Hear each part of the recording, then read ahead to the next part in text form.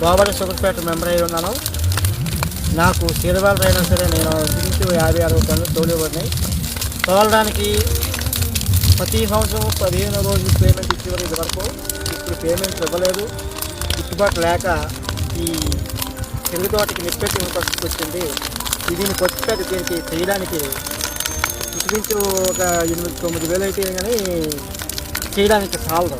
కానీ వచ్చే డబ్బులు కూడా చాలవు. అందువల్ల కంటే గోవాడ షుగర్పేటలు పంపించిన వీళ్ళు ఎప్పుడో నెలలో సంవత్సరాలు 6 నెలలు పోయిన తర్వాత డబ్బులు ఇస్తారు. ఇప్పుడేమో పేమెంట్ కాస్త కూలర్కి పోకపోతే వాళ్ళు ఒప్పుకోరు. అందువల్ల ఇప్పుడు నిష్పత్తి పరిస్థితి అందుకే వచ్చింది. ఈ పరిస్థితి గిట్టుబాటు రాక కన్ను ఆలోచించి డబ్బులు చాలక తెప్పిస్తే నిష్పత్తి పరిస్థితి వచ్చింది.